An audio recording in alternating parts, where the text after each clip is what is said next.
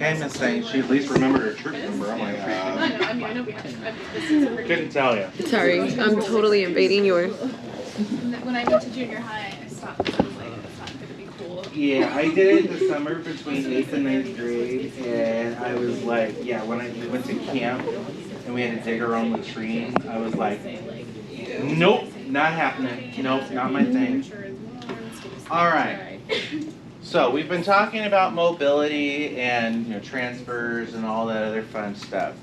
But sometimes we can't get our patients up out of bed for whatever reason. Okay, they might be on strict bed rest.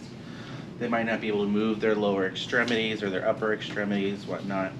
So we have a couple of things that we need to be familiar with, specifically too for the upcoming exam. But there are these things called SCDs and TEDHOs. SCDs are called sequential compression devices. And they look kind of like this. Okay. SCDs, yep. Sequential what? Sequential compression devices. Now this is just one for one leg. Typically, of course, it comes as a pair. All right. And you. Okay. You're thinking TED for a thromboembolic device. But we'll get there. Oh, is this where it's like it helps return venous? Venous flow? Venous Yep. flow? Yep. Okay. So this section right here goes along with the calf part of the leg, okay? And then this connects to a machine that inflates and deflates. We don't really think about it being up walking around, but as our muscles contract and relax in our legs, it's actually helping venous return towards the heart. When blood stops moving, what happens? You get clots, okay? So that's one reason why varicose veins are very dangerous, because that gives it an area for it to pool, and if it stays in there just pooling around, it's not moving around the whole system, it's going to cause a clot. And then if pressure gets enough, that clot can become dislodged and travel to have a stroke or a pulmonary embolism when the blood to the heart is shut off, okay? So these help to prevent that. So if a patient is otherwise ambulatory and they're having to be stuck in bed, they should be wearing these, okay? And some patients love them. I hated them because the ones in the hospital that I had were plastic. This is kind of like a nice little foam thing. And it goes on.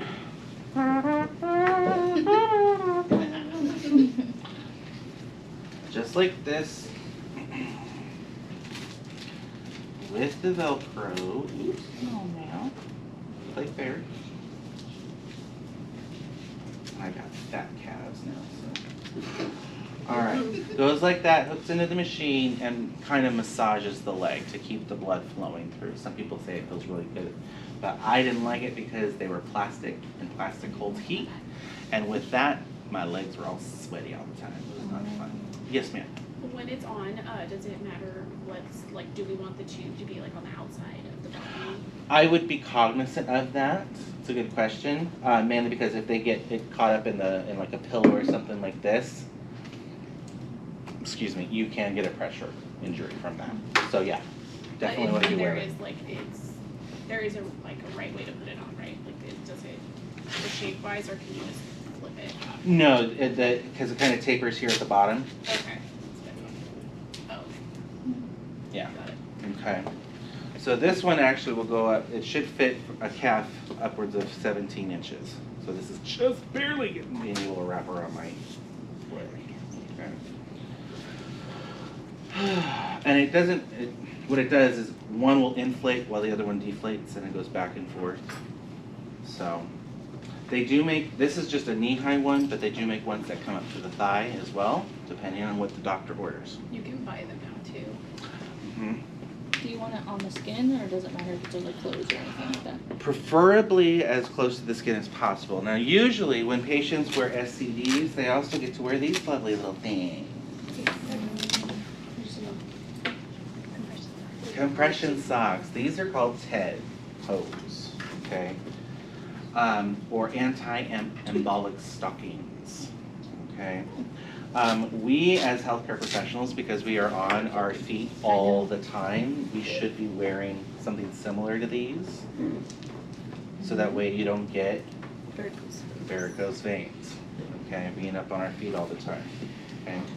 A couple of things I want you to be aware of with this, okay, is one, this little hole here goes on top of the feet, on top of the toes. So not here, but up here. Because these are compression stockings, we want to be able to check what? Circulation. Circulation by doing what? Check your pulse. No, but. Pinching. Cap refill on the toes, okay? And also too, to make sure that the toes aren't turning purple. We haven't cut off circulation or anything, okay? We don't want to have to take this whole thing off to do it, all right? So this goes on top of the toes this way, okay?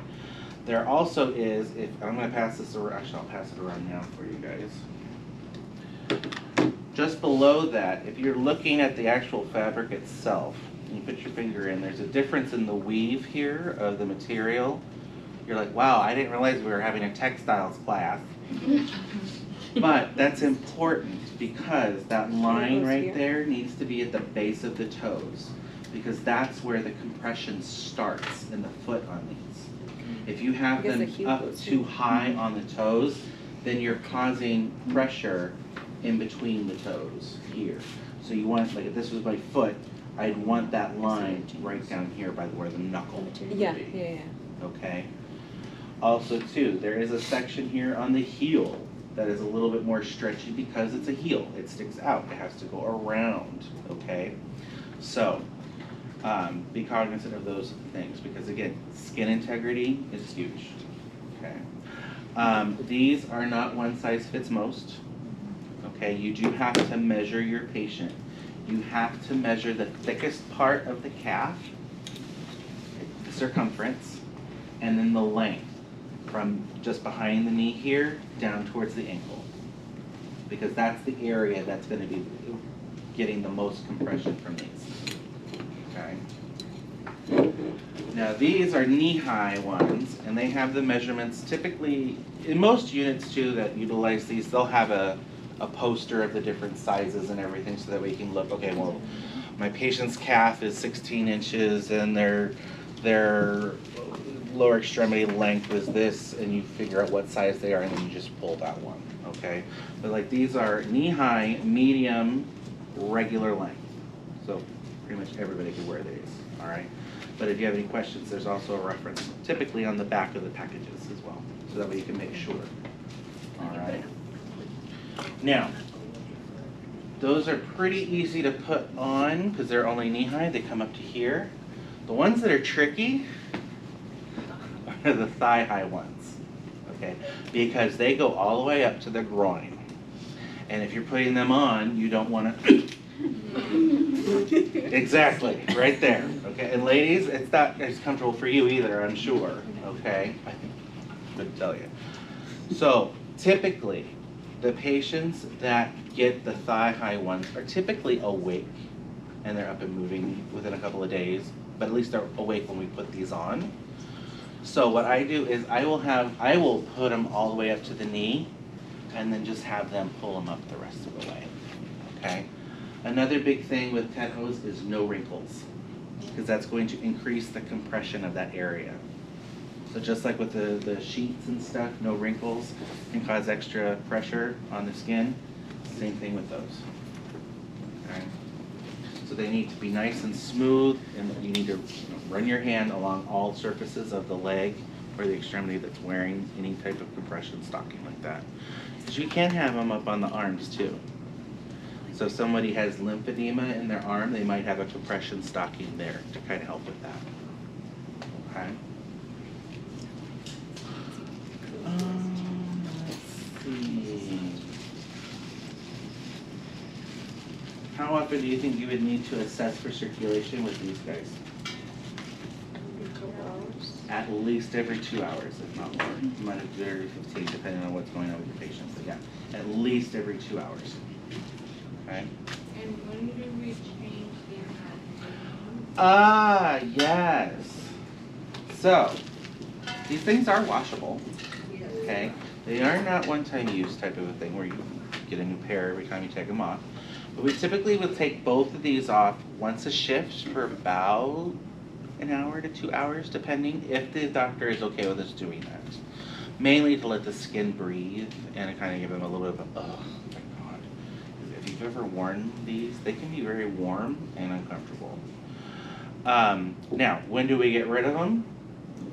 If there's any question about the integrity, if there's runs in the stocking itself, if it's split, if it's torn, if it's gotten stool on it, just toss it, okay? If it's got urine, you can rinse it out and everything, because urine is not as infectious as stool, okay? Stool tends to stink and it tends to, urine sometimes too, but not as bad.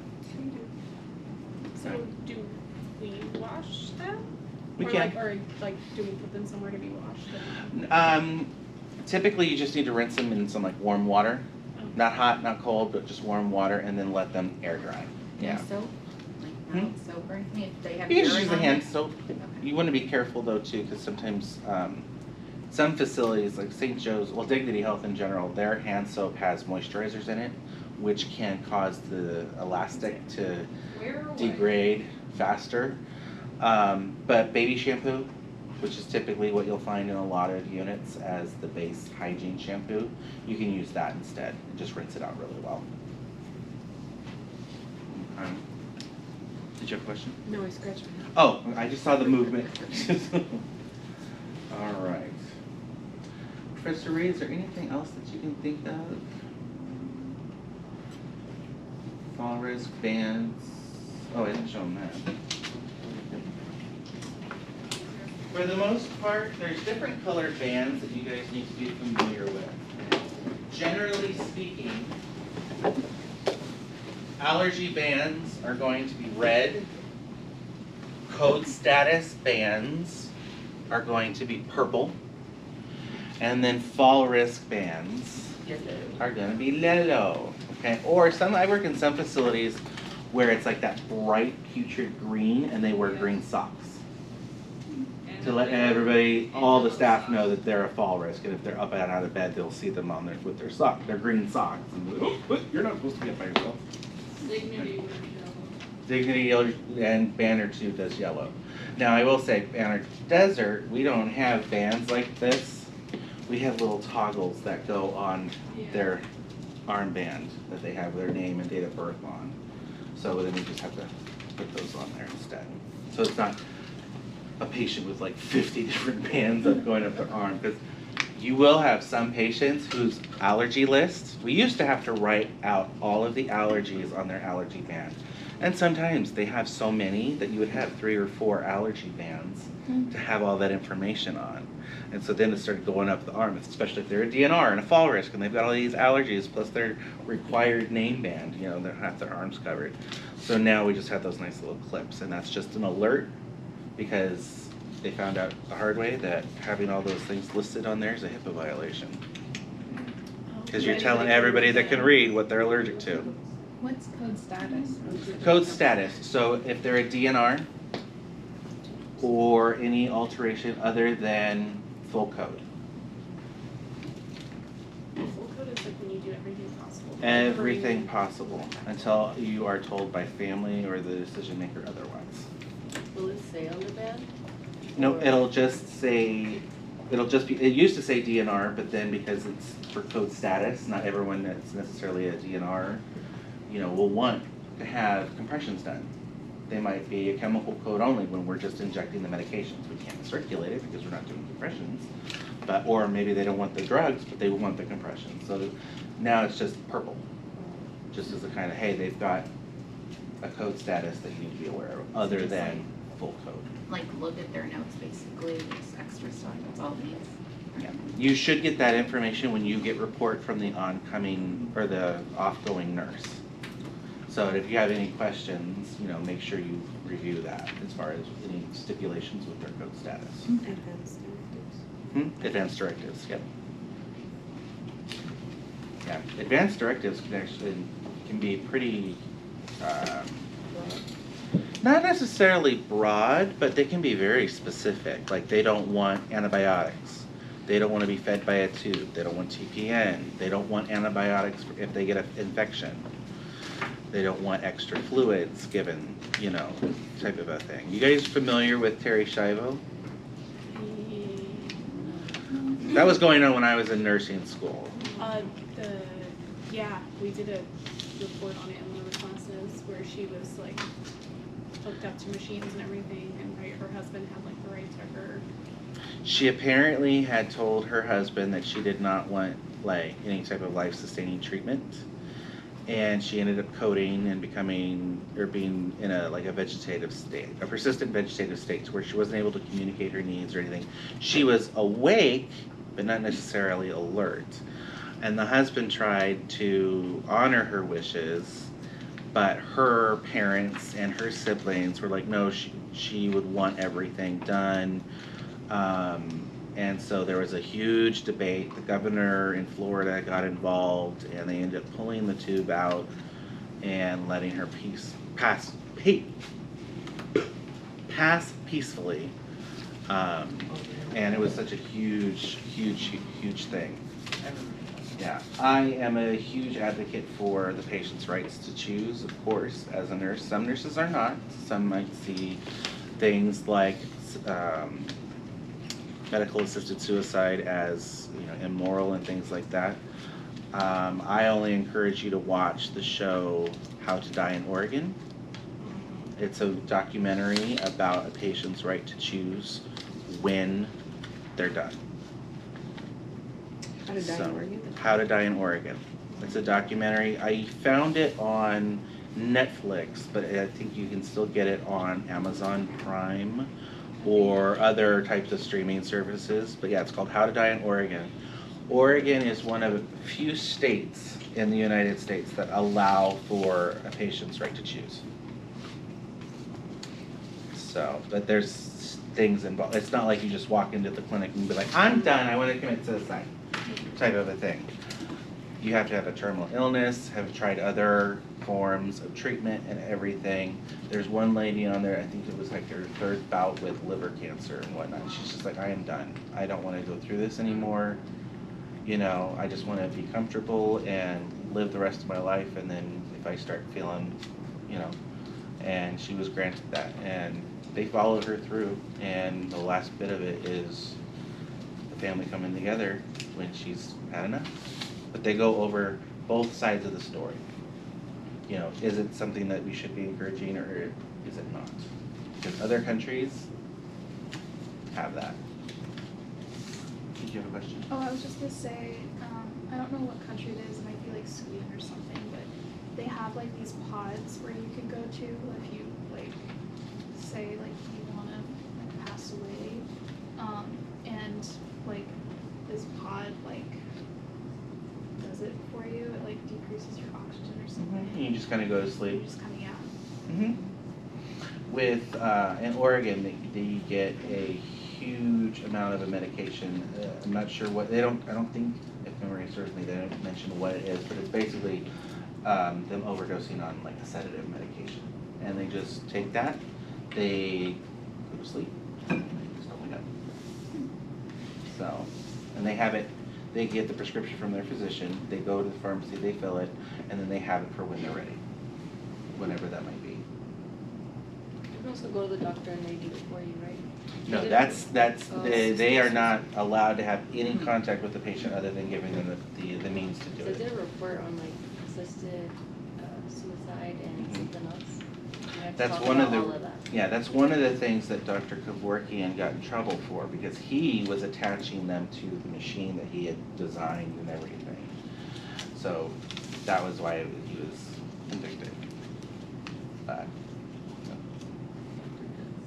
yep. In fact, there's a documentary about him too. You Don't Know Jack, I think is what it was called. Yeah, that was interesting. You don't know Jack. You Don't Know Jack. It's a game too, so be careful that you click on the right. It's a trivia style game, which is kind of fun. If you get the 3 wrong answers, it goes, "You don't know Jack." All right. You guys are just so easy to teach because we go through it so quick. Well, then again, we don't have Mason in the class, so you know. And you can tell him I said that too. No, trying to think if there's anything else. You know what we didn't do, Professor Reed? Yeah. Positioning. Yeah. Yes. You mean like the supine and all that stuff, or no? Well, proper positioning of your patient in bed. Who's gonna be our candidate? Ortho. Isabel volunteers. That's a position to help with breathing. The Fowlers one? No, what is it? The orthoptic position, where they're leaning forward, we're tripoding, okay? But no, when we're turning, how many of you guys know how to turn and position a patient? Precisely.